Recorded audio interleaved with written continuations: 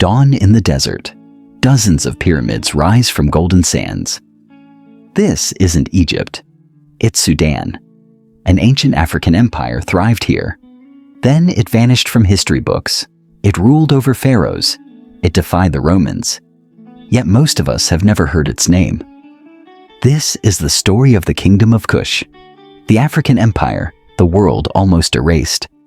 For thousands of years, along the Nile's southern reaches, there flourished a powerful kingdom older than many dynasties of Egypt. The ancient Egyptians knew this land as Nubia, rich in gold, ivory, and exotic goods. Its people were famed archers. The land of the bow, they called it. This was Kush, an African superpower that rose in the shadow of Egypt, but was never just a footnote. In fact, at times, Kush would overshadow Egypt itself. Kush's first great capital was at Kerma, in what is today northern Sudan. By around 2500 BC, Kerma was the heart of a robust Nubian kingdom, trading gold, ebony, and incense with Egypt and beyond. It wasn't a primitive offshoot of Egypt. It was an independent civilization. Archaeologists have found massive tombs and temples here, revealing a culture as grand as Egypt's in its own right. Early European excavators couldn't believe this. One in 1918 dismissed Kerma's ruins as merely an Egyptian outpost, refusing to credit Black Africans with a true civilization. He was wrong. Kush's kingdom at Kerma rivaled Egypt and at times even defeated it. This African empire was real, and it was powerful. By 1500 BC, Egypt's pharaohs invaded and conquered Kush's lands. For centuries, Nubia was dominated by Egypt, but Kush was never truly gone. It bided its time beyond the reach of the pharaohs. And when Egypt's new kingdom fell into chaos, Kush rose again.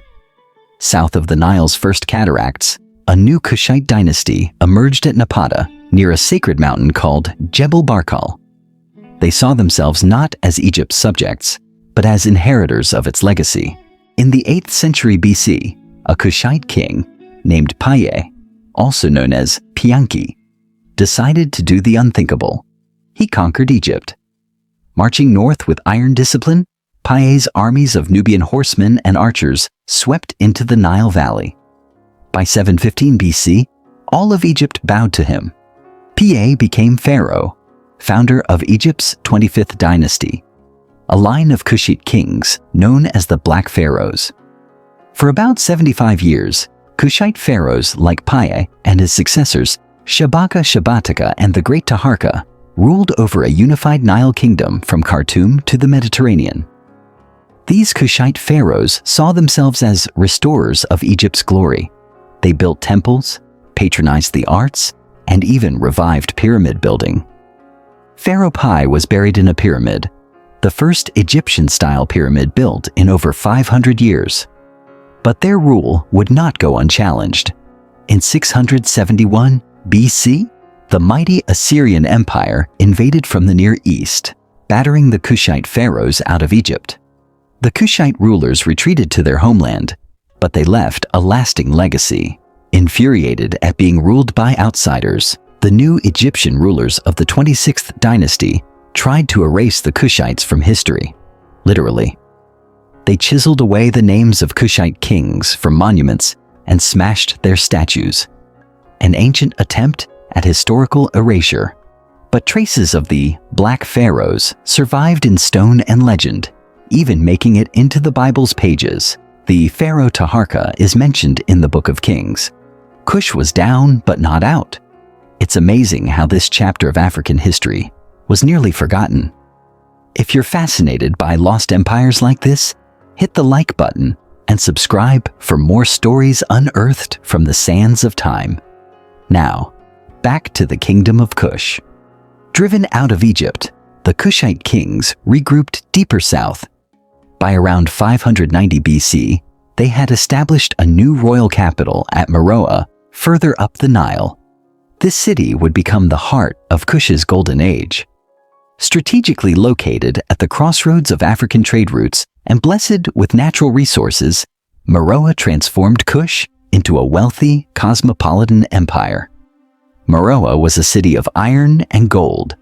Archaeologists found heaps of iron slag in the sands around the city, evidence of massive iron-smelting workshops that powered Kush's economy. Its artisans crafted fine pottery and jewelry. Its traders dealt in African gold, precious stones, ivory, and exotic animals. Kush grew rich and unique. They worshipped old Egyptian gods like Amun, but also their own Sudanese deities. Apetamak, a fierce lion-headed warrior god, looms large in Kushite temples.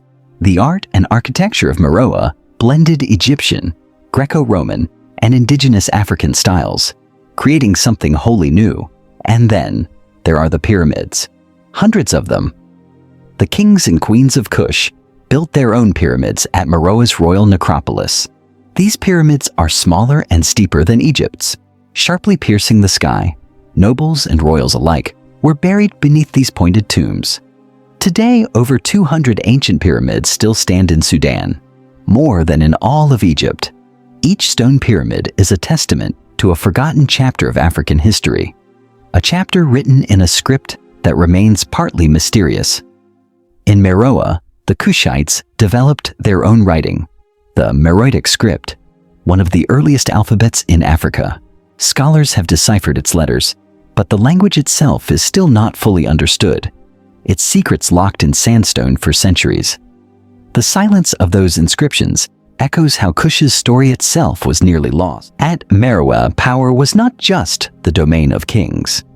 Queens ruled and fought as fiercely as their kings.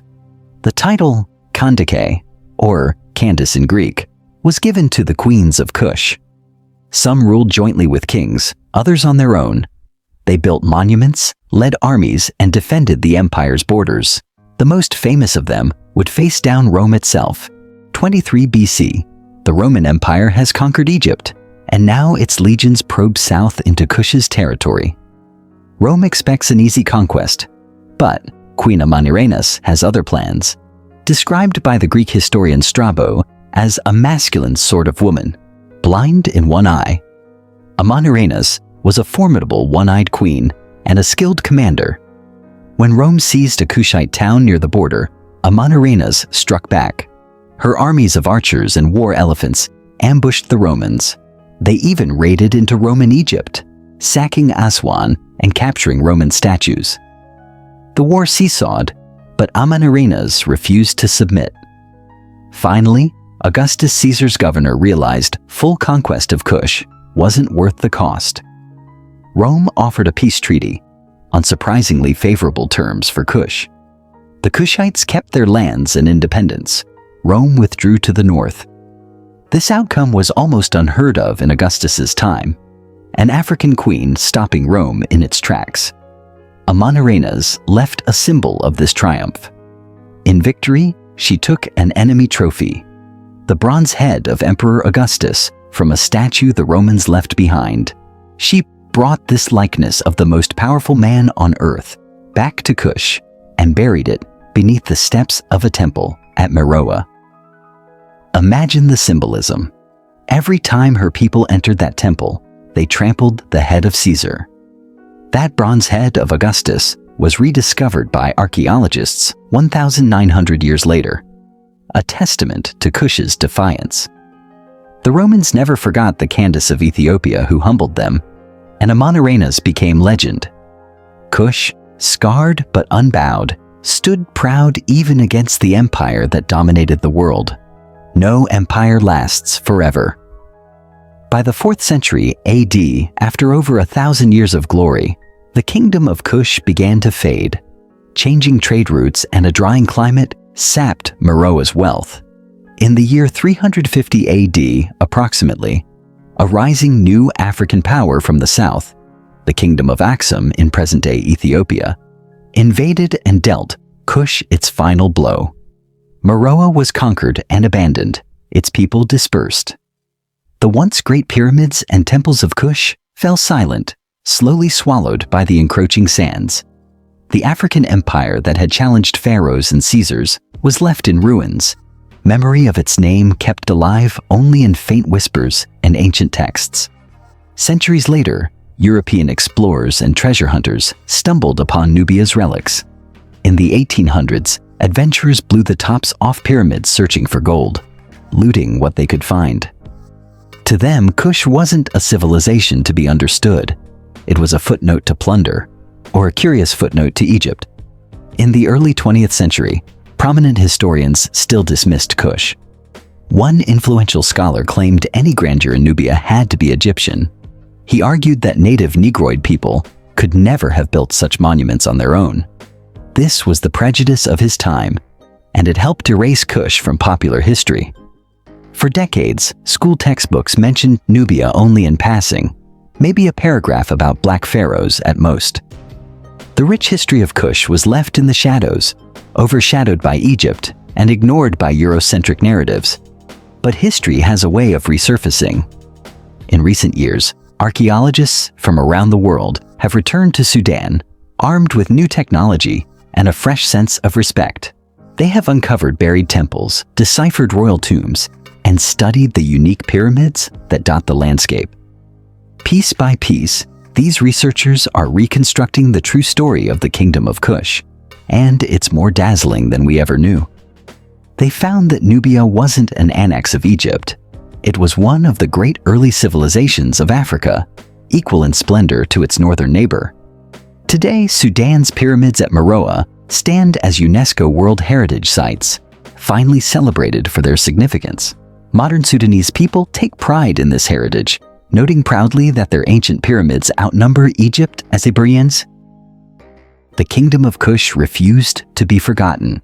Its ruins still rise from the desert, whispering of an African empire that would not be erased, from the gold of Kerma to the pyramids of Meroe, from the conquests of Piye to the courage of Amanirenas. The story of Kush survives, and as we rediscover this lost kingdom, we restore its place in world history. A reminder that Africa's forgotten empire will be forgotten no more. The sands of Sudan keep their secrets, but the truth of Kush is rising once again. If you're fascinated by lost empires like this, hit the like button and subscribe for more stories unearthed from the sands of time.